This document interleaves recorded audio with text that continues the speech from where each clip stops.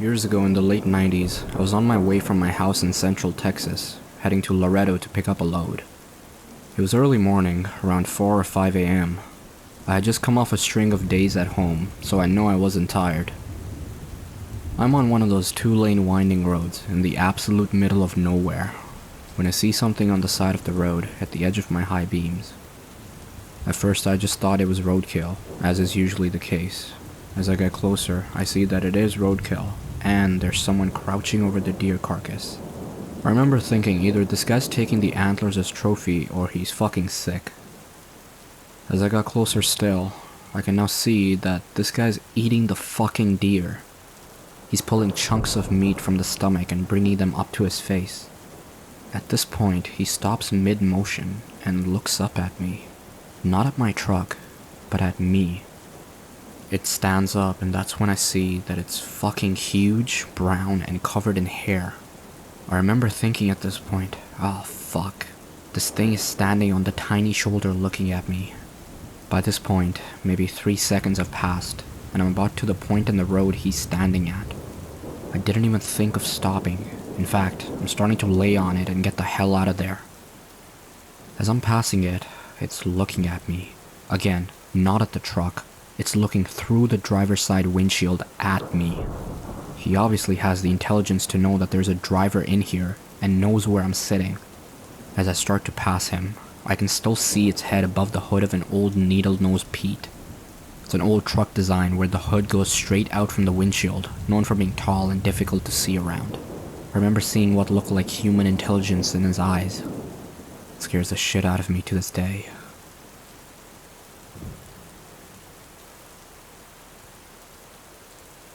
My family has some property that backs up the Carson National Forest in New Mexico.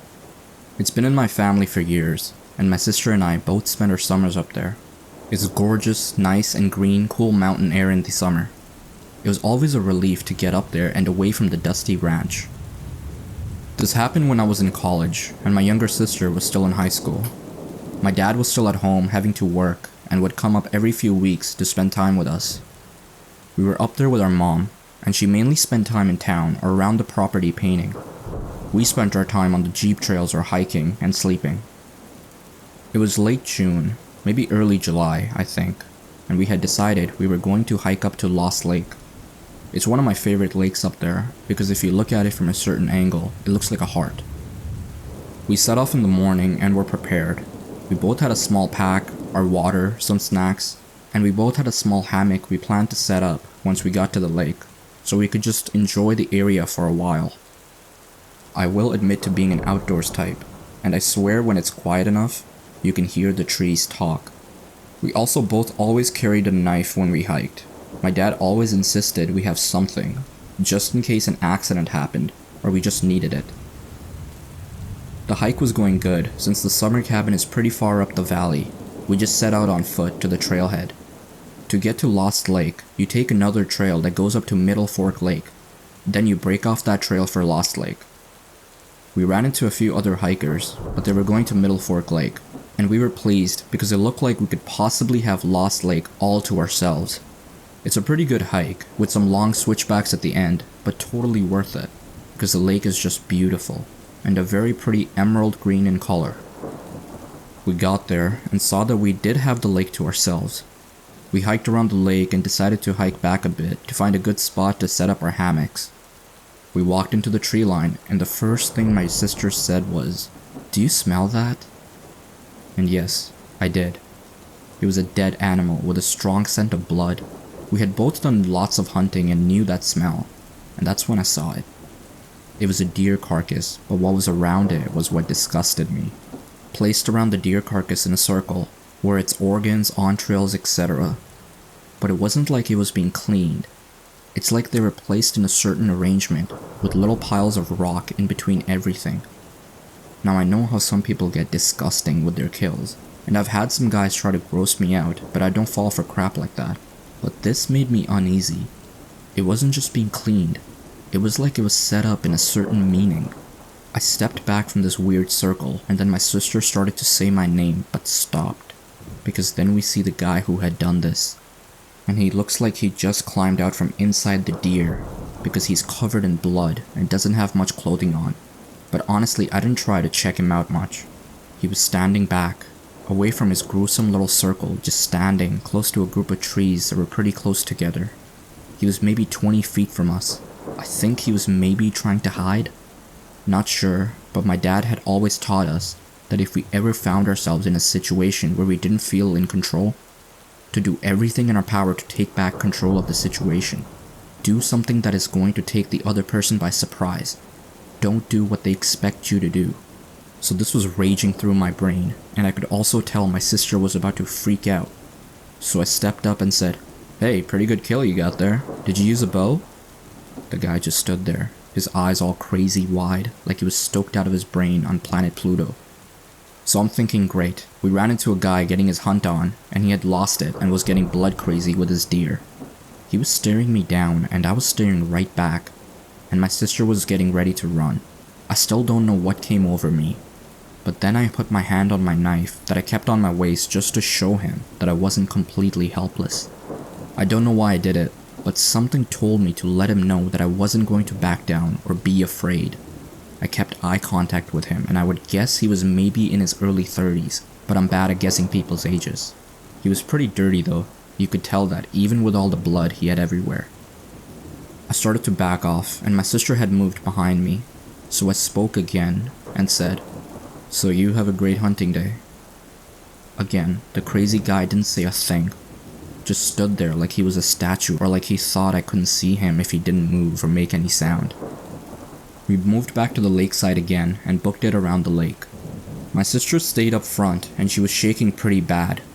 I was mainly pissed off at first, because if he wanted to get all crazy in the woods with his deer, then he should have gone further back into the forest.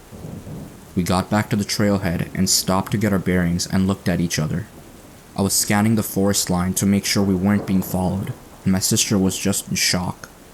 We started down the trail pretty fast, and I was hoping I could keep my sister together until we could at least reach the Middle Fork Lake Trail, or that we would even run into some more hikers. But the odds weren't good on this particular trail, because you have to get an early start on the Lost Lake Trail, and by now it was already late afternoon. We were having a good time and hadn't discussed what we saw, just started hiking back down. I started to get that feeling when you just know you aren't alone. I kept checking, but I didn't see anything, or even hear anything at first. My sister refused to look back, and just kept going, but I felt that I had to keep checking to make sure the idiot wasn't following us. That's when the first stuff came flying at us. It was some small pebbles, but it really pissed me off, because it was obvious someone was throwing them at us, and it could have only been him. My sister was almost running at this point, but I got a big mouth, and darn it, this was my forest. I had grown up here, and these were my lakes, my trails, and I wasn't about to let some crazy dude ruin it for me. I started yelling back that he needed to go back to his deer and leave us alone. At this point, my sister is telling me to shut up and just come on. And I'm thinking, no way, this guy's just trying to scare us. The pebbles stopped, and then we started hearing barking and growling noises. My sister said, "Is he growling at us?" And I just told her to get on down the trail and ignore it. He was behind us pretty much the whole way, growling and making these barking noises every once in a while, but I never caught a glimpse of him. Once we got close to where the trail joined in with the Middle Fork Trail, he seemed to back off. Never caught sight of him behind us, but I could hear him and I just knew he was there. We started down the rest of the trail. My sister refused to stop or look behind her, so I kept checking every so often. Didn't see or hear anything. We started to discuss what had happened, and she felt like he was very sinister, and felt like we were in a dangerous situation. Felt like he was just getting his kicks out of scaring two girls. I mean, he had to have heard us coming around the lake. We weren't exactly being quiet. It was the opposite, because there are black bears up there, and we would always be pretty loud while hiking, hoping to scare off any bear in the area so we wouldn't come up on one. To this day, she still thinks he was sinister, and I think he was just trying to scare two girls. We told our parents, and my dad didn't like what he heard. He did teach us some more up-close defense skills after that day, and forbid us from ever hiking alone again. We didn't hike up that trail for several years with anyone. It freaked my sister out, and I just didn't like remembering a time I was scared in the forest that I considered my own.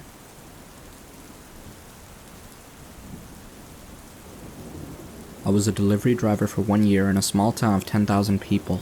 Last order of the night comes in over the phone. My manager says to me, "Do you mind running this last delivery?" due to the fact that I was supposed to be clocking off. I agreed. It wasn't a far drive at all. Keep in mind, this is a small country town, very spread out, very rural, not much in the way of lighting. I arrived at the house. It was a big stone brick house, and it was pitch black outside, with no lights on the inside. I thought this was odd. However, sometimes people have the living room in the basement, and therefore no lights. There is usually the porch light or something, but I didn't think much of it. So I knock. No answer. I rang the doorbell, and I still got nothing. I do the obvious and walk around the house, checking the windows to see if anybody is home. Then I make my way to the backyard door, just in case they maybe have a party out back or something. Still nothing. Then I realize the order is 1 sub sandwich, for 1 person obviously. So I might be someone who is home alone and can't hear my attempts at knocking. I make my way back to the front door for another attempt before leaving. As I come to the front porch, the front door flies open, and I mean hard. A bull mastiff barking and snarling jumps onto me. I'm able to grab a hold of its lower jaw after he gnawed on my hand 3 or 4 times. I held him down by the hide on the back of his neck and his jaw at the same time. I put my knee down on the dog and I'm trying to calm it down. I was barely able to hold this dog down. I look to the front door of the house. I look to the front of the house, and an old man holding one of those old double-barreled shotguns. He is pointing it right at me and grumbles in a low tone, "Let go of my dog or I will blow your hands off." I let go instantly. "I'm from Pizza Hut, don't shoot!" Frantically shouting. Then I said, "Your fucking dog was going to kill me." The old man then says, "I don't order shit, and I'm well within my rights to shoot you for walking around my property." I told him, "Fine, I will leave, just don't point that shit at me." I'm a 6', 235-pound man. I cried on my way back to the store. The police questioned the old man, and as it turns out, he was telling the truth. He did not order anything. Question to this day is, who the hell did order it? Whoever it was, they almost got me killed.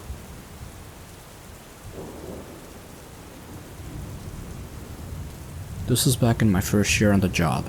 My partner was on a meal break, so it left me on the post by myself for the next hour until he got back.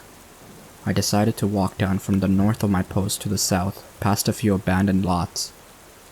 As I passed one of them, I thought I saw something at the end of the lot by the fence line. Lots of times people using or just being vagrants will be in these lots. I shone my flashlight on the area, but nothing was there. The trick of the low lighting in the area, no big deal.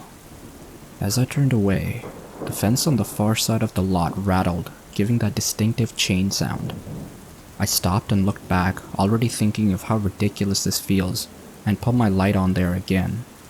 Standing there was a man. He didn't look homeless, nor did he look like the kind of guy that hangs out in lots late at night. I asked him what he was doing. He simply stood there, not really looking at me, but kind of above me. I asked him. No answer. I told him to come over here as he shouldn't be in the lot. He just stood there. I decided to put it over the radio before approaching him. "Post 4 Central, show me 1 male spotted at X Street backlot. No further, no emergency." So I walk into the lot, but have to hop a small fence to get to where he is standing. I figured this guy must be tweaking out or something. He looks like he has no idea where he is. I hop the fence and look back up. This motherfucker was gone. I took my eyes off of him for 2 seconds and he was gone. No sound from the far fence chain. Nothing. I scanned the entire lot wondering where this guy went. Looked behind the only real cover, a dumpster, and inside of it. He wasn't there. Central raised me a minute later and asked the status, 1091-98, which means non-crime corrected, resuming patrol. To this day, I think I saw a ghost, as crazy as that sounds.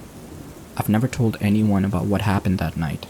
I know there's a chance that maybe he just hopped the fence without me hearing it and took off. But in the amount of time it took me to hop a 4-foot fence, highly unlikely.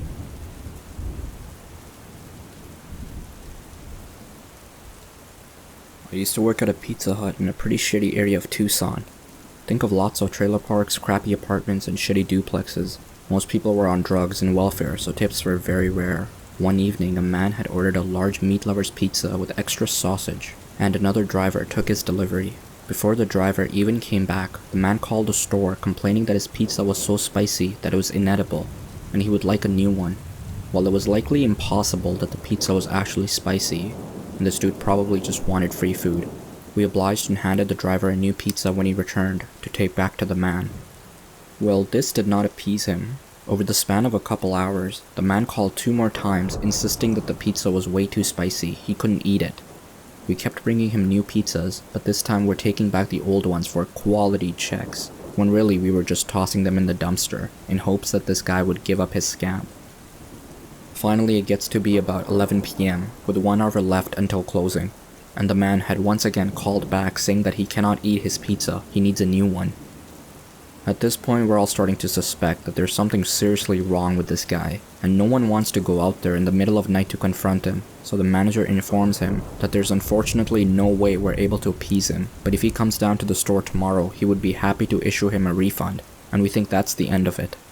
I was not a closer that night, so I was cashing out the front register when a beater truck screeches into the parking lot and parks right at the front door, and a rather disheveled and overweight man comes in holding a pizza.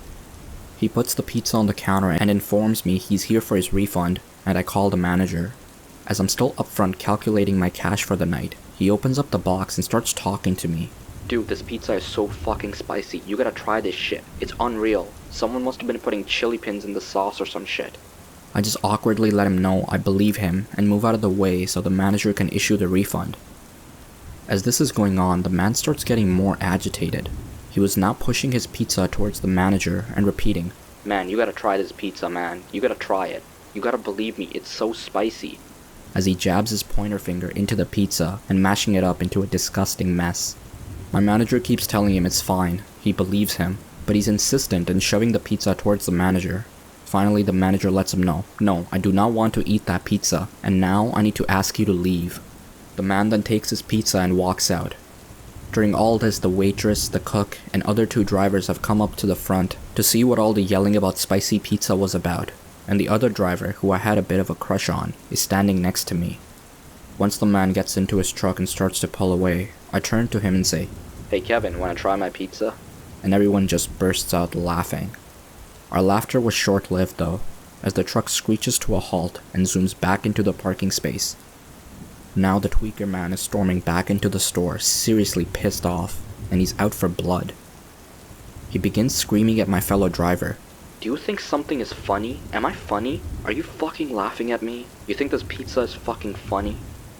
Everyone is dead silent, as my fellow driver is sputtering trying to get a word in, but the man isn't having it. He climbs onto the counter and starts screaming, "I'll teach you a lesson to laugh at me. Let's go fucking outside right now, I'll teach you a lesson." For context, this man has to be about 40 or 50 years old. My now boyfriend was 22 and spindly thin. This was frightening as hell. My manager manages to coerce the man off the counter and get him outside, then instantly locks the door. The man screams at the door for a few seconds before retreating to his truck and pulling away, so we think that's the end of it. Until the truck begins circling the building, and there's a fucking gun being pointed out the driver's window. Everyone immediately hits the deck. The waitress starts sobbing, and my manager is blindly reaching up trying to grab the phone off the counter to call 911. Every once in a while we peek up and this insane fucker is still circling. When he finally stops, everyone creeps to the back of the store and peek out the window. The guy parked right next to the driver's cars, waiting for one of us to come out on a delivery. The dude sticks around for another 15 minutes before taking off. The cops, of course, don't show up until like an hour later, because it's freaking Tucson and they suck, and I had to sneak out before they came, in hopes I wasn't gonna get shot. The next day, the man starts repeatedly calling the store to scream at people, claiming we attacked him, and claim we threw crushed red peppers in his eyes. Since we had his address and phone number in the system, cops finally picked him up, and we didn't hear from him again. He also got himself a nice place on the do not deliver list.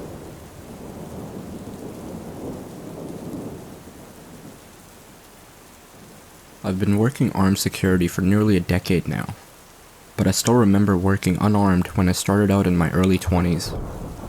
I worked my way to a trusted position with my agency where at 20 years old I was assigned to the Colorado Springs Deaf and Blind School.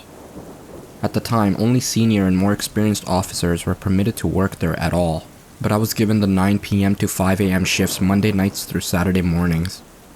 A little backstory on the deaf and blind school. It was opened in the early 1870s and was where the burdened children of the state were sent to learn and live. But many were put to work there as laborers working fields or manufacturing items. Because of a number of ailments, accidents, or pre-existing health conditions, a large number of children and staff passed while they were there, to where in the early 1880s a small cemetery was created, and formerly at the intersection of Pikes Peak Avenue and Institute Street. Growing up in Colorado Springs, I was always told ghost stories about the flesh-eating bacteria on stuffed taxidermy animals, ghosts walking in buildings, and the haunted service tunnels below the school connecting to the old train depot, but I never really believed it.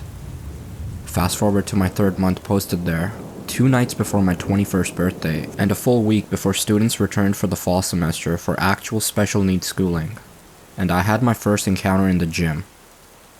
While checking the boys' locker room, a solid black figure ran past the showers. I rushed to find the intruder, not knowing what I would have done to it if I found it, as I was completely unarmed, except for a flashlight. After clearing the building twice and checking all the doors multiple times, I just took it as my imagination. The night of my birthday is when everything got much weirder. The shift change went as normal, and everything was fine, up until my 2:30 a.m. property and building checks. When I went into the carriage house's top floor, where the school stores all the spare desks and modern school equipment, it appeared that a person was standing in the back corner near the old stairs. I shouted at the figure and began to charge towards him. In a frenzy, I hurried to cut him off at the first floor door, but when I got to the door, it was still locked with the interior bolt. I searched the first floor when I found the doors to the service tunnels opened. On my first day, I was told not to enter the tunnels alone, as they expanded for miles in a labyrinth, and before I went in, I didn't contact a supervisor. I felt as if I walked for hours, but after only a few minutes, I heard in a very soft voice, almost like a kid's voice, "Happy birthday, Mr. Officer." The next thing I knew, my very angry supervisor, the school's maintenance director, and 2 CSPD officers were shaking me by my shoulders. My supervisor then informed me I missed my 3 a.m. check-in and was sitting in a corner of the tunnels in the dark for over 3 hours. We all left the tunnels and carriage house to see that the sun was beginning to rise. Later that day, my boss reassigned me to a different location after I was cleared from a doctor to work. I don't fully know what I saw or what was in those buildings, but it still gives me the chills. I'll never forget the voice that made me black out for so long. Happy birthday, Mr. Officer.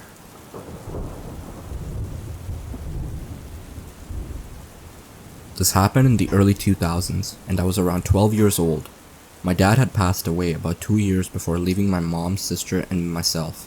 To help me cope with my father's passing, my mom took me to the animal shelter to pick out a dog, since having a large dog was something that I always wanted. In one of the cages was a small shepherd/husky huddled in the corner that I right away fell in love with. When this incident happened, he was about 1 year old, 90 pounds, and my best friend. We lived in a small, middle-class suburb with low crime rate, and I wasn't scared to be home alone. I was sitting in the living room playing video games and got up heading to the kitchen to grab a drink. In the kitchen, I had a clear view through the back door and could see the garage open. Thinking that I just left it open after putting my bike away, I headed out the door to close it. My dog was sleeping in the basement since he liked to lay on the cool floor during the summer months, and I didn't think to take him out with me. I step out the door and make it about 5 feet from it when I notice in the darkness a crouched shadow moving in the garage.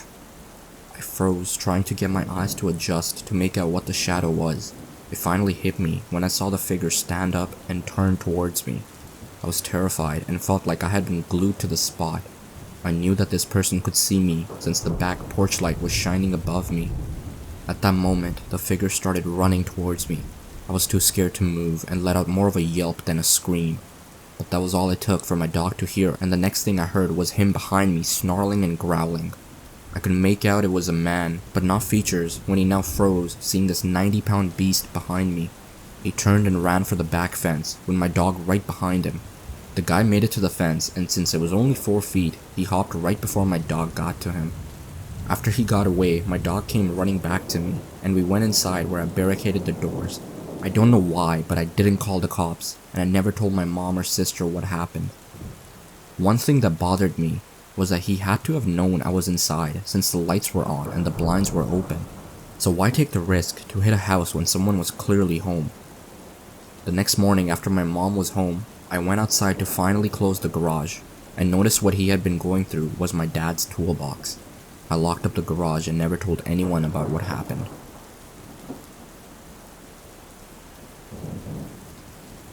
I deliver pizza, and I've been having a really busy night, non-stop back and forth, without any time to even pause and take a leak. I've been so busy that I wasn't really thinking about bathroom breaks, but we're also going through a bit of a heat wave in our area, so I've been drinking a copious amounts of water. All of a sudden, as I was driving to this particular delivery, the urge to go hit me, like things went from 0 to 60 in an instant.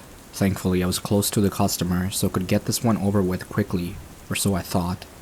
I pulled up to the house, and it was an area I delivered in before, so I could immediately see that something wasn't right. All the lights were off in the house, not even the glow of a television or anything. It was extra apparent because the street light closest to the door happened to be out of order, and on top of it all, the block was dead quiet. This is a big university area, and obviously there aren't many student renters in July, but there had to be at least one person because someone ordered this pizza.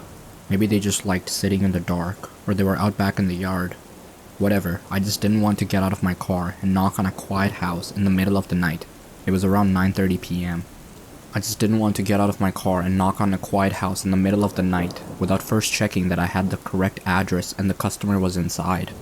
It was scorching that night, even after sundown. My car's AC is a joke, and the piping hot pizzas don't help things much, so I have to try and open the car door as infrequently as possible to keep any cool air in. I called the number the customer provided, and the voice on the other end said kind of brusquely and out of breath, "Yeah?" I just try to keep it clear and concise. "Hey, it's your pizza out front, but there doesn't appear to be anybody home." And the customer replied, still gasping for air, "Yeah, I'm not home." I had to pee so badly by that point that I was much less patient than I otherwise be with the customer right out of the gate. "Well, then we're going to have to terminate the order because I've arrived in the stated delivery window and you were supposed to pay in cash. So I don't know what to tell you. Plan ahead next time." I instantly regretted letting my bladder do the talking for me as the voice on the other end came through more clearly as a young, bubbly, and very distraught girl who couldn't have been older than 20 or 25.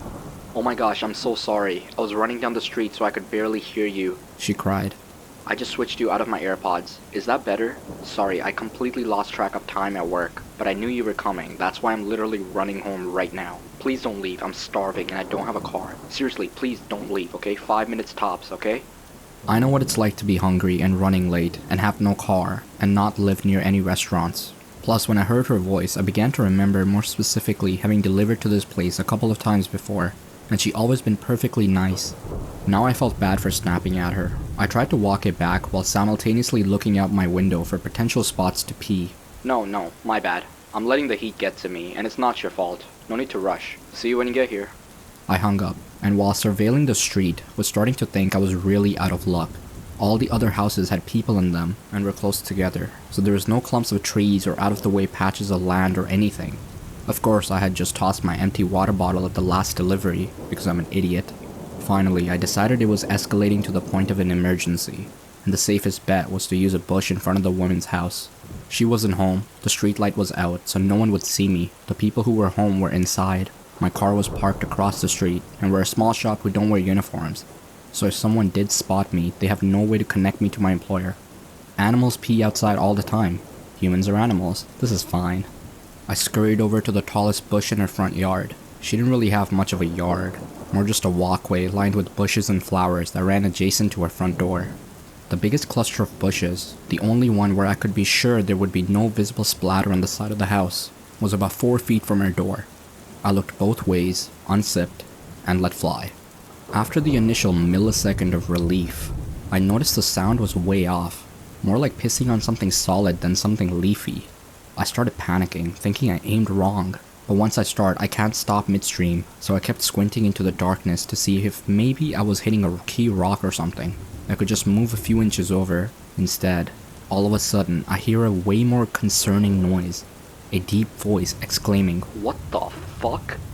And before I could turn around, assuming I'd been caught by a neighbor, a man came leaping out of the bushes. He blew by me, brushing off my golden shower off of him. He spat pretty emphatically on the ground, so I think I might have beamed him right in the face. I didn't see where he went after a few paces, but though this next part is kind of a blur, I do think I remember hearing a car screech out from a bit further away after a minute. I'd gotten some night vision by that point, so I was able to make out his height, build, and outfit, but only the most general details of each. I was in such shock that I didn't even put my Johnson away. I just stood there trying to figure out what had happened. The reality was so terrifying that my mind refused to accept it, and impulsively searched for a reasonable explanation that could make everything okay. Could these bushes lead to some backyard area and just look like they were against the house? Could they have been obscuring an open window? My inner voice was desperately screaming, "Bruh, that man was wearing a hoodie in 90-degree weather. That was a bad man. You're in a bad situation." But the very idea that I was within inches of a guy who would be hiding in bushes at all, let alone in front of a young woman's house at night, just wasn't something I was ready to grapple with yet. I was coping by not coping. My fight or flight response totally failed me at that point, because my dumbass did the absolute last thing I should have done, and approached the bushes to try and validate this theory that there must have been a good reason for a man in a hoodie to be behind these bushes in the middle of a night. So I walked over to the side, turned on my phone flashlight, and tried to peer around the line of shrubbery. Pro tip: as scary as things may look in the dark, seeing them with a single beam of your flashlight can sometimes make it even worse. That's when I saw the bag. There was a tattered drawstring bag sitting behind the bushes, slightly splashed with pee. But I was in such a moronic daze from shock that I groped around for it, thinking, see? This is it. This will explain why he was back here. I explained it. Once I maneuvered it over and pulled it open, I saw a sharp knife, a roll of duct tape, and a bottle of pills. The delusions officially broke at that point, and all the adrenaline, endorphins, and self-preservation instincts that had been suppressed kicked in 10 times over. I became whatever the opposite of dazed is, more laser-focused than I have ever been in my life, with one singular goal: get back to the car. I dropped the bag and booked it across the street, got in my car, and slammed the pedal to the floor before the door was even all the way closed. I went as far as I could, as fast as I could, until I hit a red signal. Then I pulled off to the side and realized I shouldn't be driving any more than necessary in the condition I was in. I pulled into the parking lot of a 24-hour drugstore and took a breath.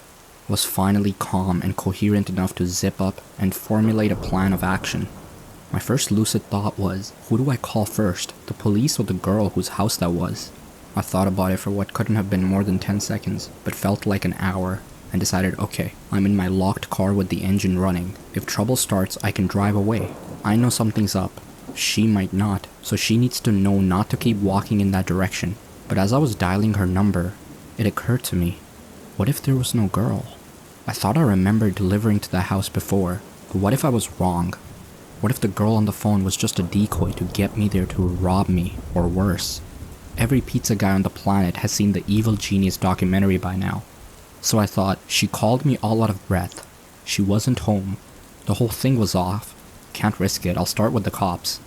I called 911. The operator was very helpful in keeping me calm, because I was a complete wreck by this point. He kept assuring me that someone would be there soon. I kept telling them that they had to get there before the girl did.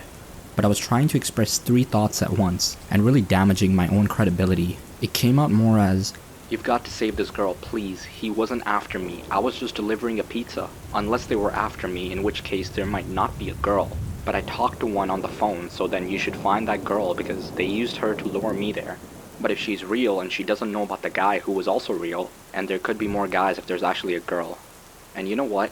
Even if there isn't a girl, there might actually be more guys. I only checked one part of the bushes, so I don't actually know. But we'll know which guy is the one I saw because I pissed all over him, you know? I didn't mean to. This was back when I thought the girl was real, but not home. But she might be real, so you really need to find her, if she is, because the guy was..." Finally, they basically just asked me to stop talking and stay on the line. But that was when I saw an incoming call from the customer. I couldn't answer it without disrupting my 911 call, so I just ignored it. But then she sent me this text like, "Hey, I'm here, don't see you." I told 911 she was there, and they said officers were only minutes away. But who knows how long that meant. Especially after I'd given such a scattered account of the events in my panic. I just felt overwhelmed with guilt, because my rational mind said the odds of her being a decoy girl for some large scam targeting pizza guys were low, and the odds of her being the intended victim of a predator were high. So I put my 911 call on mute, where I can hear them but they can't hear me, and turned back, heart absolutely pounding out of my chest, completely, compulsively muttering, "Fuck," the entire way. Then I took 911 off mute and told them I had returned to look for the girl. They weren't happy about that, but I saw her meandering past the parked cars in the street, looking to see if one was mine, and I waved her down, flashing my bright lights. She bounced on over to the window of my car, happy-go-lucky. I figured that was a good sign that she wasn't in on whatever this was, but I was just so scared to be back in the general area and to not know what had just happened or what was going to happen. I kept whispering, "Get in, get in," and she was like, "Get it? Huh? Oh, you want me to get the pizza from the back?" I didn't want to make the same mistake with her that I had made with 911, so instead of trying to tell the whole story, I stuck to the bare basic facts. "There was a man in your bushes. I'm on the phone with the police. I don't know where he is right now. Please get in the car so we can lock the doors." I was barely able to get those sentences out, and I was shaking like I had 10 cups of black coffee. I held up my phone with 911 on the call screen to verify for her. I thought that was why she got in my car with no further explanation, but it turns out that wasn't entirely it. "You still there? Is she with you? Are you safe? Is anyone else there?" 911 kept checking in, not knowing who the third party I was talking to was. I reassured them and we drove, more cautiously this time, to a location 911 instructed us to wait at to speak with police after they cleared the area. I didn't actually have to do much after that. The police came pretty soon after. A police car met us, I gave a statement telling them everything I observed, and she went to go speak to more officers in more detail than they needed me for. It turns out the reason she got right into a strange pizza guy's car without probing any deeper into my story is because she knew who the man was right away from the description. She had an abusive ex-boyfriend who was apparently psychotic enough that he immediately came to mind from hearing, "There's a guy in your bushes." She later called us to thank me and insist on leaving a huge tip. I wasn't there when the call came in, so the kid who answered didn't know to refuse or accept the money. But the manager already promised the next time we see her, we can load her up with enough 1 free pie cards to last a lifetime. Easily the scariest thing that has ever happened to me, on the job or off. I don't get the chance to tell the story much, because I try to avoid sharing it with anyone who could possibly know the girl or know of the event, but I'm still not the same since. Even though I know he didn't even have anything to do with me directly, this truly shook me to my core.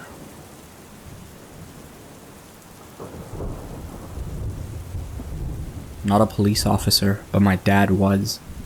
He told me a story where he responded to a call about a suspicious person on someone's property around 1 a.m. He arrives at the address, which is in a very secluded wooded area, and gets out of his car and starts looking around with his flashlight.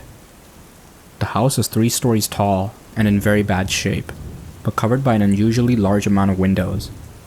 As he's walking up to the house, a loud, deep man's voice yells, "Take one more step and I'll blow your head off." My dad tried to shine his flashlight at the house, but the windows reflected the light and he couldn't see. Another voice from the house told him to put his hands up and the light down, but while doing that he was able to hit the emergency button on his radio. My dad has a reputation in the department of always being able to handle things on his own, so when he hit the panic button, almost everyone available responded thinking the worst. He said he stood there for 10 minutes not knowing if he was going to be shot before backup arrived and surrounded the house. They searched the house and found all the doors to be locked, and no obvious signs that anyone had even been there. Still creeps me out when I think about it.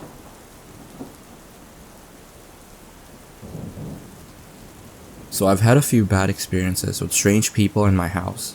From when I was young, an old man would come banging on our door late at night demanding to see me, causing me to hide in the house and not be allowed into the garden alone for years. Or when a man came knocking on our door late at night with a knife because he mistook our house for my neighbor's. These experiences all caused me to be very cautious about opening the front door to anyone or even being in the house alone, especially at night. But this one evening was definitely the worst. It was around 6 p.m. in November 2018. I'm from England, meaning it was already pitch black outside at this time of the year. I had just got home from work and was sat in my room upstairs just watching YouTube on my laptop. My mom shouted up to me that she was just going to pick up my brother from work and would be stopping off at the gas station on the way back, so she would be gone for a little bit, and asked if I wanted to come. I said no and carried on with my video. I heard her close the front door and pull out of the driveway. I was 17 at the time, so being home alone at night was nothing new to me, and I was used to the eerie feeling of it all. but after around 10 minutes, I started hearing noises coming from downstairs.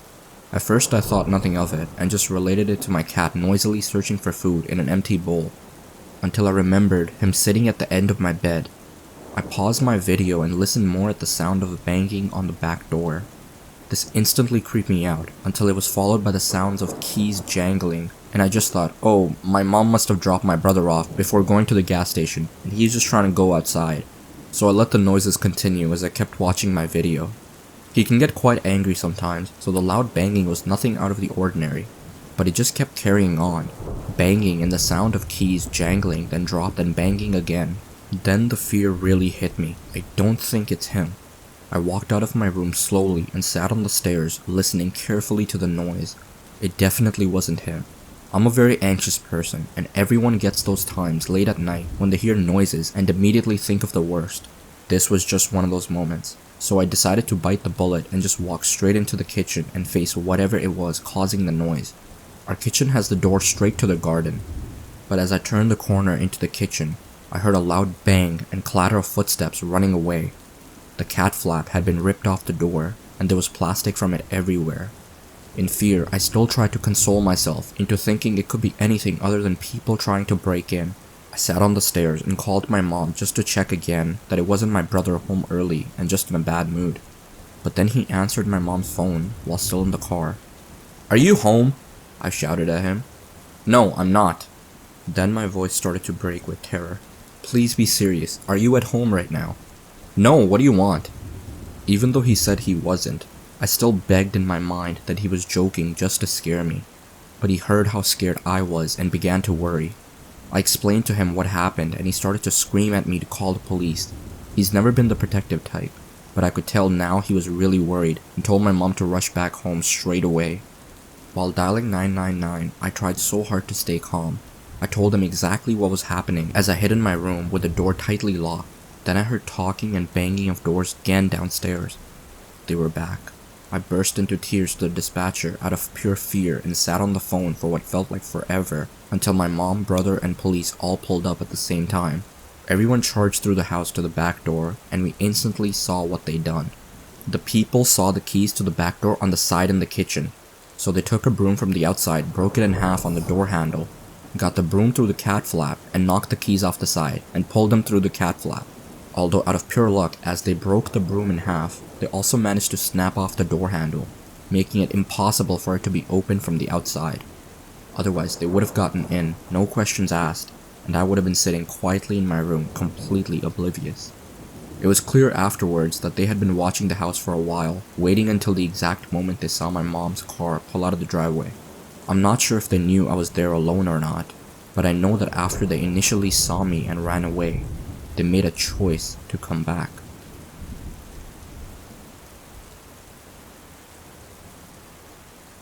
My dad is a cop. Obviously, he always tried to downplay the danger of situations to my sister and me so he wouldn't scare us. But one morning, he came home shaken. I was a teenager at the time, so I asked him to tell me what happened. This was a while ago, so some of the details might be off, but the general idea is there. He and his partner were doing a graveyard shift, and there was a seemingly abandoned car on the side of the road. My dad was first, while his partner stayed in the car to call in the radio report. I'm not too sure how this next part happened, but as he was approaching the car, he realized there were multiple people hiding in the car. All of them were super strung out. As he's going to back away to wait for his partner, he hears his partner running over. He identifies himself as police to the people in the car and asks if there are any weapons in the car and things like that. His partner comes around and they start getting people out of the car, and they see a gun. His partner goes to talk to the people in the car to see whose it was, and at that time, one of the people had gotten away from the group. My dad was talking to the driver near the front of the car, and his partner was talking to a few others towards the back. The person my dad was questioning, his eyes went wide and he kinda backed up. My dad turned around to see why, and a man had a handgun pointing to the back of his head. He's a cop, so obviously he's had guns pointed at him before, but never that close. Thankfully, he's a beast, and he started talking to him to calm him down and just telling him to take his finger off the trigger.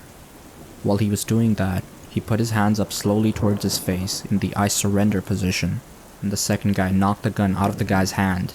My dad called over for his partner and they handcuffed him.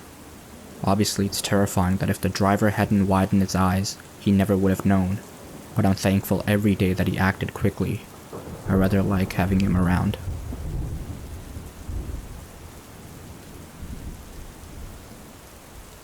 I used to deliver hotshot freight across the Great Plains in the Minnesota area. One night, around 2 a.m., I was hauling across North Dakota trying to reach Montana by morning. I was delivering a particularly valuable tractor part that a farm desperately needed for the following day. I began to notice some highway hypnosis sneaking up on me, but it didn't really bother me because I've been through it hundreds of times before. Anyone who has driven across North Dakota knows that it's incredibly flat, like really flat. There also tends to be very straight and long roads. It's somewhat easy to see things on the road that are far away, even at night. I noticed something long on the road, spanning my entire lane, approximately half a mile in front of me. I slowed down a little and prepared to move in the opposite lane, thinking it was some retread off a blown tire or something. As I got closer, I noticed there was two people laying head to toe across the entire lane. I swerved into the other lane, successfully avoiding them, and came to an almost complete stop. But they didn't move, not an inch. I was just about to back up and check on them when I remembered a story that an old graybeard colleague of mine told me. He told me that in certain remote areas, people will lay down on the middle of the road and wait for a car or truck to stop and see what's going on. At that point, the road layers, along with whoever else is hiding in the nearby bushes, will beat the shit out of the driver and steal his vehicle, leaving him in the middle of nowhere. I decided not to back up, and when the two people on the road saw me put my truck back in gear and drive away, they both got up and walked towards the shoulder. I called the police and explained what happened, but we were so far away from civilization that I doubt anything came of it. Thanks to that old graybeard, I got to keep my truck, my job, and my teeth.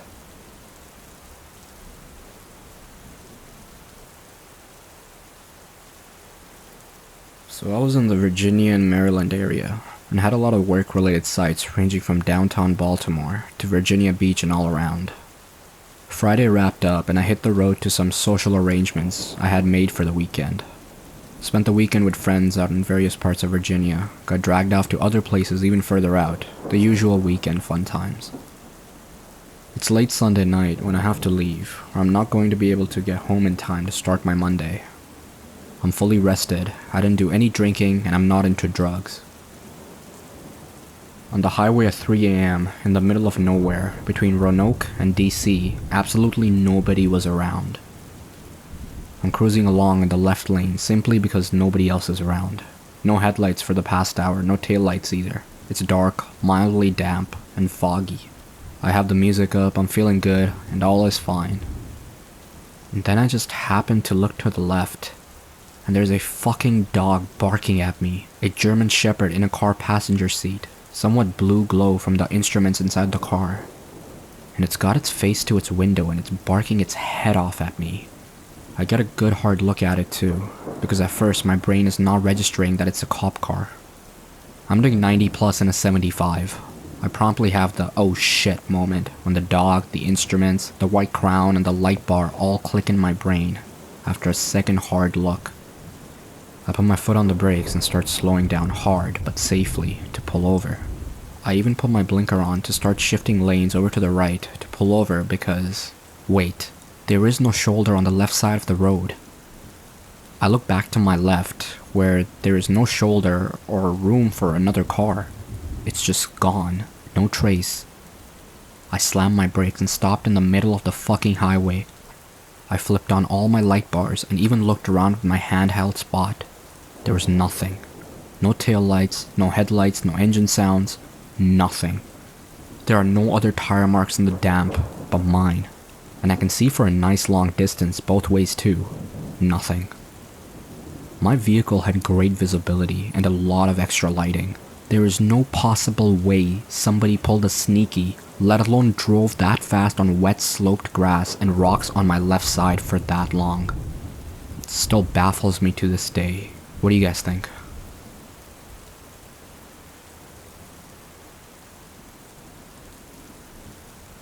There's this hotel at the Bulgarian seaside in which we have an apartment. To be honest, that's a strong word for it because it's just a big room with a giant bed, refrigerator, big windows on both of the walls, and a small bathroom. It's on the ground floor, and again, both of the walls are facing the parking lot of the hotel.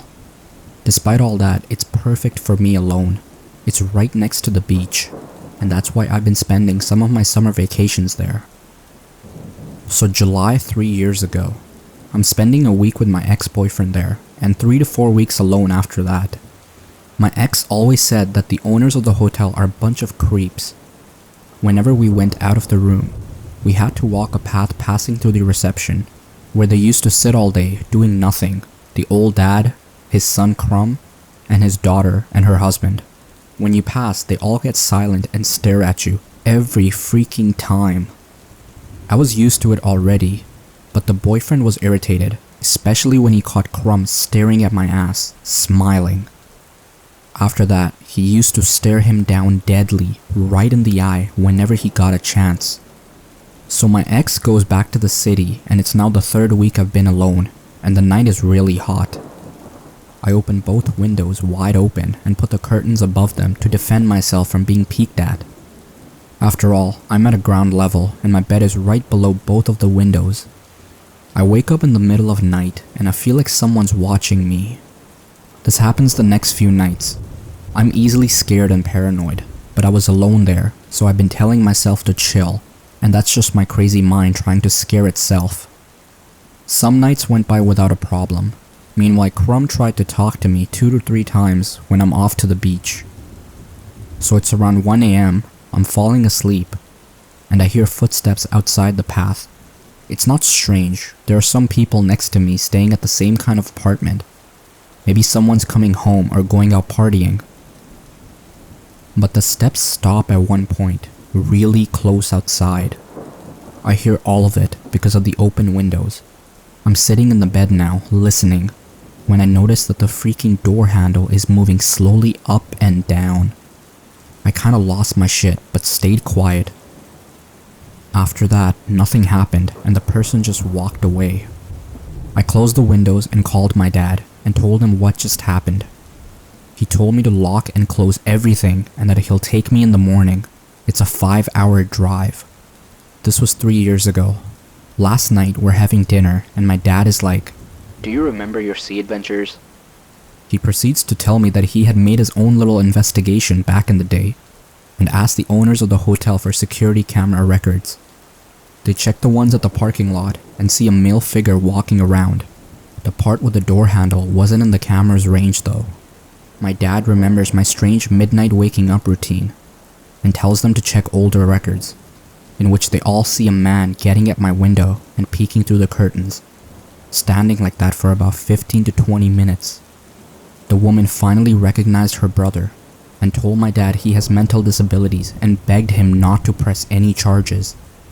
She promised they'll take better care of him and look after him. So my dad, being the good guy that he is, did not press charges, and it appears we're selling that apartment. So anyone interested in buying?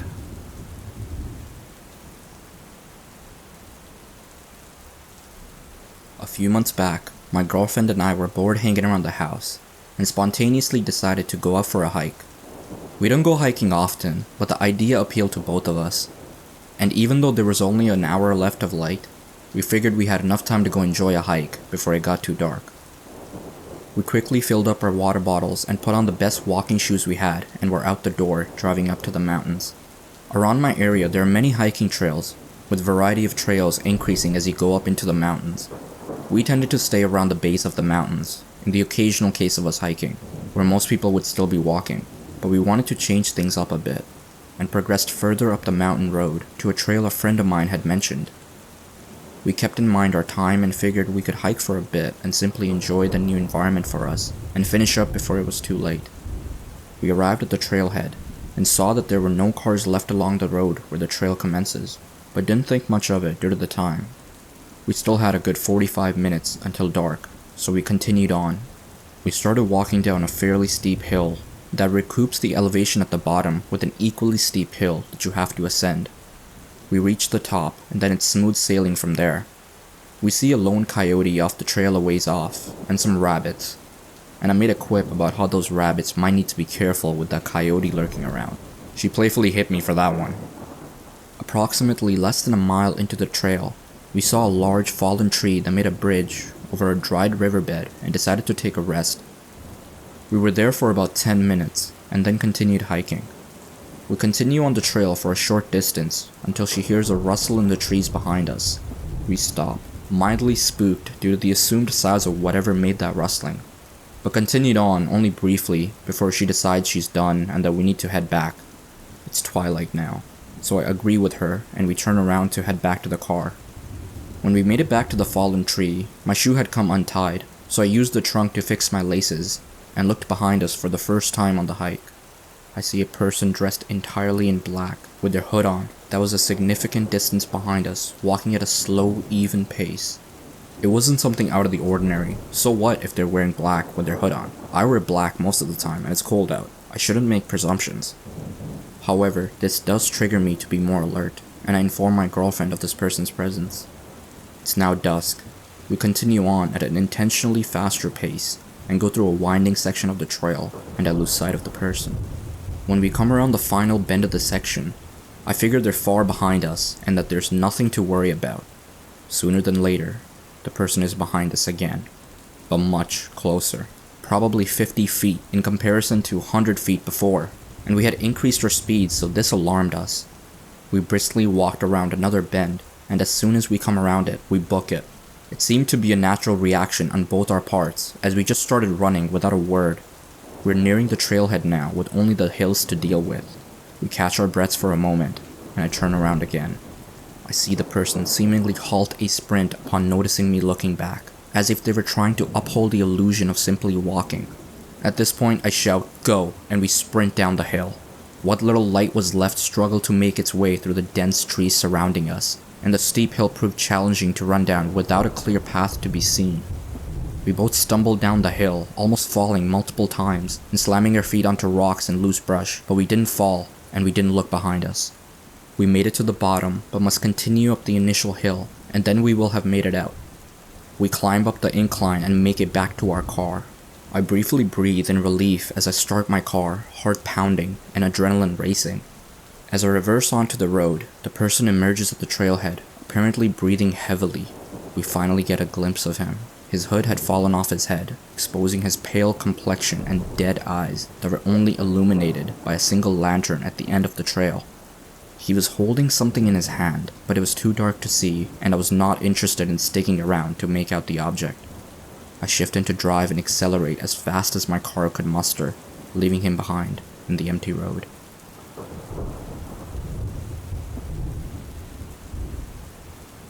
So a few months ago, I was out hiking with my friend.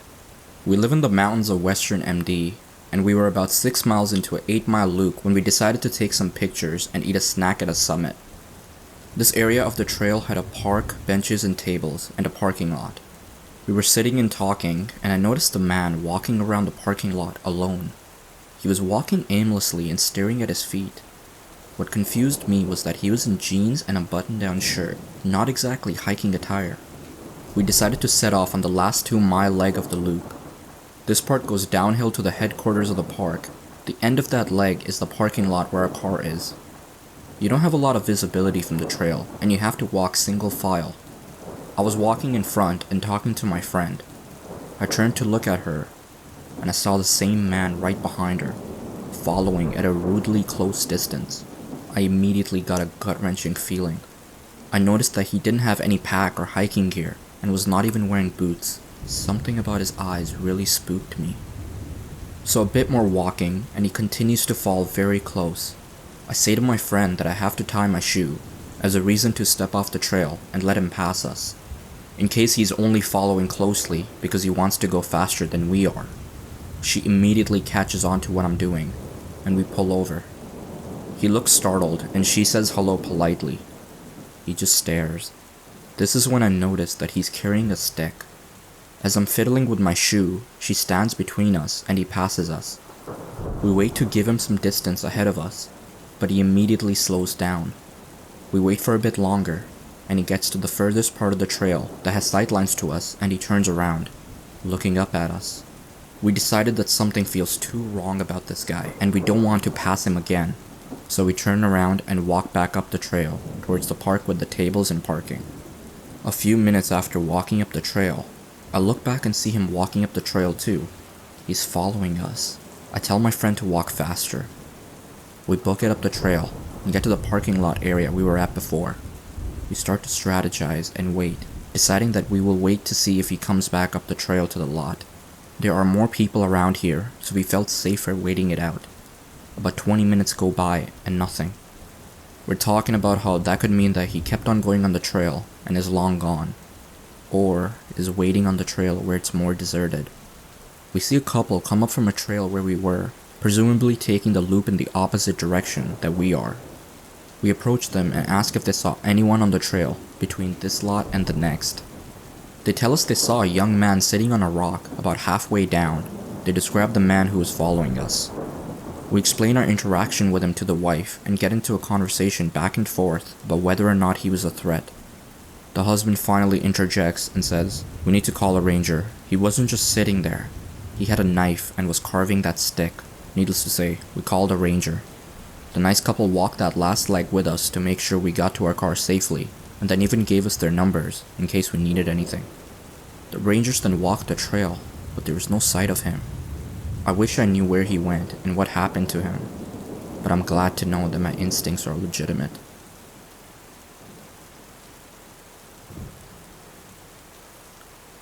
My dad told me and my brothers this story when we were growing up, and it's always stuck with me, particularly on long drives when I'm feeling a bit sleepy. The first time I remember hearing it was after I asked him if angels were real. I was probably 7 or 8 years old. My dad drove trucks decades ago, before I was born, and before labor laws around limits and breaks were more standard. He regularly accepted calls that would extend his shift to where he was driving 24 or 36 hours, or more, without a break longer than a quick bathroom or fast food stop. My dad has a pretty mathematical brain. He's the type to make up logic puzzles out of something totally mundane, just for fun. Whenever we were driving around town, he regularly asked me things like how long would it take us to get from home to the store if we were going 30 miles an hour but had to stop for 5 minutes in the middle because a family of kittens were crossing the road, and etc. He'd come up with similar equations for himself while he was driving solo that involved things he was seeing, like the odometer, mileage markers, the time, and then he could test his speed based on the equation. One night after having already driven a particularly long day, he noticed his eyes getting droopier, and the whole roll down the window and blast the music up thing didn't seem to be helping much. It was a rainy night on a pretty windy mountain road without a shoulder to pull over safely, so he started doing those logic games out loud to keep alert and awake. He was saying something to the effect of, "I just passed mile marker 146, so what time will it be when I reach 200 if I'm going 55 miles an hour?" Then he closed his eyes, took a deep breath, and felt his head do the nod jerk thing, which woke him up with a gasp. He opened his eyes to see he was driving straight towards mile marker 158, which would have sent his whole truck tumbling down a random-ass mountain ravine. He was able to correct the course safely back, but it was a matter of seconds between that reality and certain death. He insists to this day that he slept through 12 miles of windy road going 60 plus miles per hour, only to wake up right at the last moment between life and death. The story usually ends with him tearing up saying, "I don't know if there's angels, but I know there's something bigger going on in the universe that our human brains have not been able to understand yet. If I wouldn't have woken up right when I did, you kids wouldn't be here today."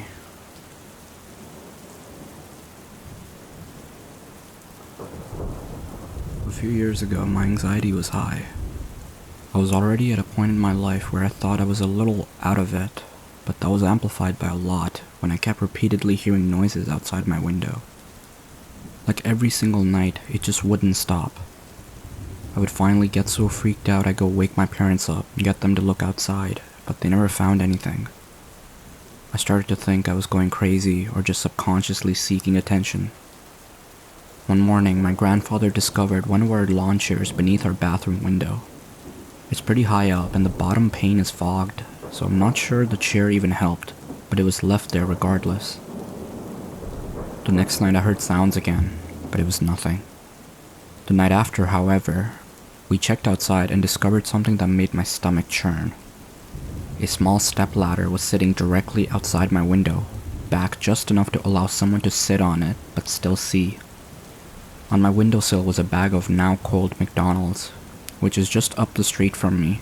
Most of the food was still there, but still, some dude had been watching me doing absolutely nothing of interest in my room, without me knowing for I don't know how long. The cops were called, but nothing happened. I felt crazier than ever. No one was to be found, but at least we had some evidence that someone that shouldn't be hovering around our house was at my window, watching intently through the blinds in a space between the two curtains. I heard noises the next night, and I ran outside, once again, to find absolutely nothing. Earlier in the night, I sewn my curtains together, which hopefully made it harder to see in. Apparently it did, because now the dude had taken to climbing on top of our air conditioning unit, and from there climbing onto our garbage can, then standing on that so that he could see above where the drapes were. The handprints and footprints were left on the lid to prove it. I should also mention that there were now holes in my screen, and I heard these holes being created. He took a stick and sharpened it somehow. We found it outside my window, and was trying to stealthily break away the screen bit by bit. The hole is still there. The next night I distinctly heard the gravel near my window crunch. There was simply no mistaking that sound. As stealthily as I could, I let out a small moan, which he surely heard, and rolled just out of view, as if I were sleeping. Then pressed myself against the wall out of the view of the window, and very quietly opened my door and crept down the hall. My heart was pounding. Normally I knock on my parents' door, but I knew the slightest sound would make that bastard bolt. So I quietly opened their door and sneaked in, then informed them that was, without a single doubt, someone outside my window. They didn't mind the intrusion and got up, got dressed, and formulated a plan, and crept to the back door.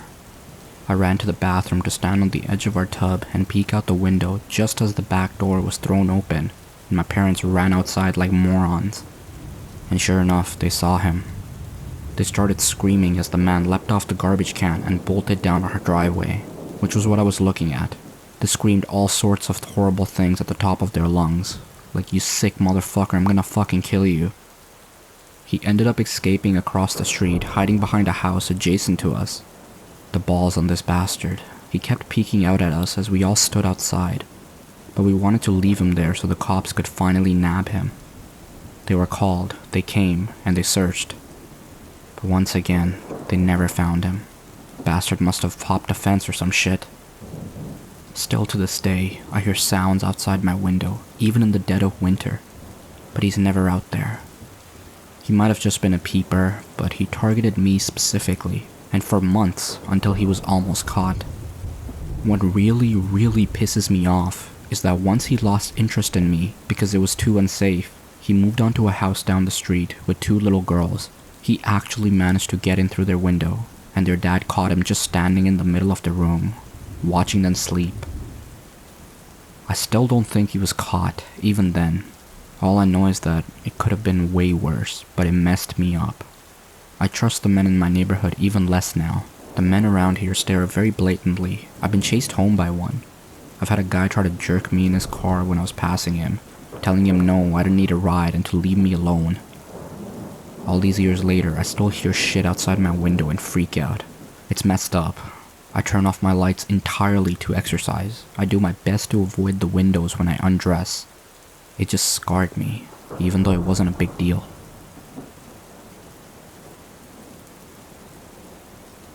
So I grew up in rural Texas, with about 1,000 people in my hometown. Shortly after my parents' divorce, I moved to a larger city for college, and made it a tradition every year to visit my family for the holidays in the boonies of Texas. After the divorce, my mom had just recently moved to a nearby town of about 100 people where her house was located on the very outskirts of town, surrounded by miles of cornfields in almost every direction of her house. There was a side paved road about 100 feet of her house that basically was a dead end until you reached a certain point, and directly across the other side of the road was miles of fields of corn. The only neighbor she had was about half a mile north of her house, who was a truck driver and basically was never home much of the year. Needless to say, it was pretty secluded, and pretty much the only thing close to civilization was about 15 to 20 miles away. This particular winter break was different because my mom and brother, who lived in the same city as me but attending a different college, were going to travel to Boston to visit my grandparents, and my mom needed someone to dog sit while they were away. So after a few days of having the house to myself in the middle of nowhere, I was particularly bored, so I decided to put the harness on my dog and take a walk around the area in no particular direction. We finally ended up following the dead-end road and turned back as it starts to get darker and the wind starts picking up because a cold front was coming through. By this time, I'm slightly more frustrated with myself because I could start to smell the rain, and my dog can be particularly stubborn because he basically likes to walk me instead of the other way around. Anyways, as we start walking back, it's starting to get colder and it's drizzling now, and I start to walk a bit faster. We're almost jogging back now to the house when all of a sudden my dog stops abruptly.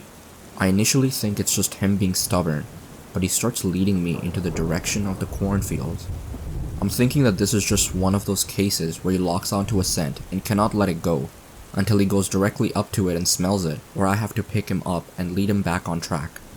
Well, I basically don't allow him to go very far, and we are directly in front of the fields when all of a sudden he starts barking, similar to how he barks when he sees another person. He's not the friendliest dog to other people. I finally pick him up and we run back home, both pretty damp and cold by now. I dry up and then take a bath, since there's no showers in this house. It's evening time now, and after making something to eat, my dog and I start winding down for the night. We watch a bit of TV in the living room, and by 10 PM call it a night. It was still windy and rainy outside at this time, so we go into the bedroom and my dog burrows underneath the blankets, and I pass out shortly after that. Several hours later, I woke up to my dog awake and growling on my bed in the direction of the window. I hear rustling outside and think that it's likely other animals, but I'm kinda drowsy still, so I get out of the bed and pick up my dog and bring him to the living room couch where I turn on the TV to drown out the rustling noise. My dog burrows underneath the blankets again, and I'm just about to fall asleep when I hear a thud outside. I'm like, what the hell was that? And of course my dog is wide awake again and barking and growling. Anyways, I'm pretty much wide awake now and I kinda start getting annoyed with my dog. So I basically turn up the TV to hopefully drown out the rustling outside once again. I swear to God, 25 minutes later at 1:30 AM, I hear a knock on the back door. All hell breaks loose with my dog and literally is about to jump off the couch and dash to the door. I caught him last minute and started to just hold him in place while we were both freaking out. Anyways, I don't really remember what I did at that very moment, but somehow my dog started to calm down again. I'm pretty sure I blacked out because there's a literal period where I don't remember anything. Shortly thereafter, I don't hear any more rustling of leaves coming from the outside, and my dog is now silent and ready to burrow again underneath the blankets. Then I was dozing off to slumberland, only to wake up 30 minutes later to another knock on the front door. I literally felt my heart pumping so damn fast that I grabbed the landline and dialed 911. My dog is now at the door barking furiously. I reach a nearby town which is 15 to 20 miles away. They pick up, and I frantically state what is happening all the while my dog is freaking out. The police from the town were on their way, but it was going to take a while to get to my house. I stay online with the dispatcher and things start to calm down again, and I basically state I'm pretty sure I got it from here until the police arrive. I hang up and very carefully look out the side window, only to see a man standing directly in front of the door. No movement from him at all, just a blank stare at the door. I grab the mace and my dog and state very loudly that the police are on their way. No response back. I'm literally thinking the guy was on drugs at this point. I open the front door. The door in this house is a secondary door for a windowed screen. I look into his face and basically ask what the hell he wants, and told him that the police are about to be here. He just stares blankly. Pause for what must have been the longest 20 seconds in my life. He opens his mouth and asks if I want to play a game with him. After that, I immediately shut the door and yelled back furiously, "Ah, screw that, absolutely not." I literally waited in the bedroom and watched him on my porch for about 5 minutes, just staring blankly at the door, no movement whatsoever. He finally turns around and just walks away. About 20 minutes later, the cops show up, and I'm basically describing everything frantically. I literally peed my pants earlier with how terrifying everything was. The cops basically state that there is a guy in my town that has schizophrenia and is going through late-stage Alzheimer's and somehow wanders around people's homes. Needless to say, they found him and took him back to his caretakers. The cops asked if I had anywhere else to go. I basically packed everything up and bolted to my father's house with my dog and stayed there for the remainder of the break.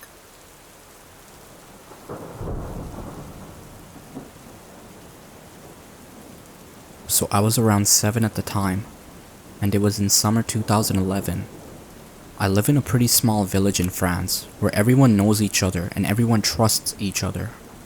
My parents were working all afternoon, and before going to work, they would drop me and my little sister at our grandparents' house, which was a 20-minute walk from where I lived. Our cousin would also join us so we could play and watch movies. It was the summer vacation, and as usual, with my cousin and my sister, we took our bikes and went out to ride around where my grandparents were living. There was a field very near us where we would always go, and a large place just in front of it that served as a parking lot for those living nearby, so the place wasn't isolated. We had the order to get back at 8 p.m. from our grandma, because that's the time when our parents would come to fetch us. While we were at that place, I remember there was a woman playing with her son in front of her house, with a water gun and a red car parked in front of her house. I knew this car wasn't from someone around, because I know that village very well, but I thought nothing of it. There was a guy sitting in the car during all the time we were here with our bikes, and that was the only thing I thought was weird. So anyways, after we finished eating at around 7 p.m., we begged our grandma to let us go out riding the bikes again. After lots of hugs and negotiations, she accepted, but told us to be careful because it was getting dark, and to not follow or accept anything from a stranger. So we went out again, just my cousin, little sister, and me. I'm going to be honest here, but for some reason, I was so nervous that my stomach was hurting and I was almost crying. I didn't know why at the time, and thought I was afraid of vomiting because my stomach was hurting, so that's why I was nervous. Now that I'm older, I can only think that what I was feeling was actually anxiety. While my sister and cousin were talking and riding together, I was just sitting on my bike, trying not to cry and watching them. We stood there for a long time, and as usual, we didn't watch the hour. My grandma was used to us coming back late, though we would get scolded every time. Then the red car appeared again. Except this time, there were now 3 guys in it. They all had lots of muscles and seemed in their 30s. They stopped by my little sister and cousin, and being the older one, I quickly approached to see what they wanted. He told us, Hey, I know where you live. We can ride you home. with the voice of an adult talking to a baby. I politely told him that no, we're fine, and that we're about to go back to our grandparents' house anyway. He became angry. He told us that he knew our grandparents and that he was here to bring us back to them. At that point I was thinking, why would he bring us back in his car while their house is literally like 5 minutes away? I asked him how could he bring us if we had bikes, and besides, there were only 2 seats free in the car. He became even more angry and told us to just get in the car, she'll go on my knees, showing my little sister who was very short. At that point, I don't really know. I'm both thinking that maybe it's true and he's getting impatient because we were already late, and he maybe had something else to do after bringing us back. And at the same time, I just had the word run in my head. So luckily, this ends well because it turns out we were very late and our grandma had sent my grandpa to go get us. When he arrived, he asked the guy what they were doing, and they just answered they were checking how we were doing and just left. I told my grandpa what had happened, and I can promise you, I've never seen him be so enraged before. He called them all the insults in the world and called the police right when he got home. That's when 7-year-old me understood what the hell had happened, and I was terrified of going out for so long. Now it's okay, but I'm still so anxious about being outside, even if I'm with someone. Sadly, I don't know what happened next. I don't know if those guys were ever found, I don't know if they tried to lure other kids. I don't know anything.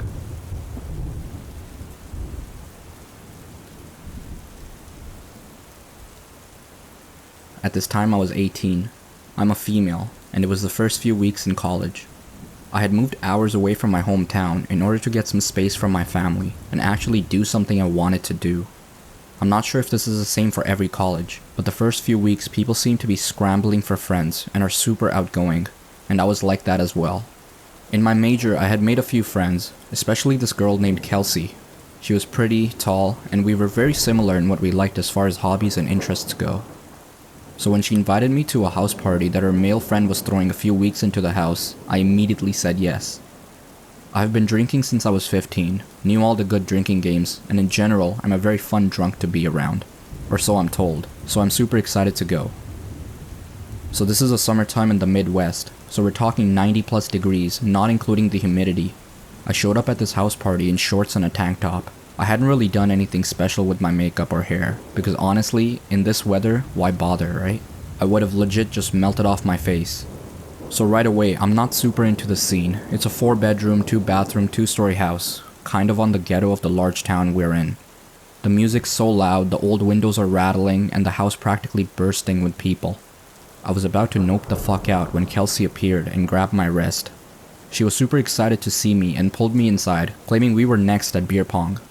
Inside the house was literally like an oven, no windows open, and the air obviously was off. Just the front and back door wide open to let the non-existent breeze through. I decided whatever, I was going to have some fun here and then leave kind of early to get home in time to shower before I passed out. Everyone was sweating, dancing to the music, and drinking lukewarm beer. It was pretty horrible if we're going to be honest, but as a college kid I could deal. Beer was free for girls, so I drank for nothing that day. It started getting kinda creepy a few hours into the party. I would guess at about midnight.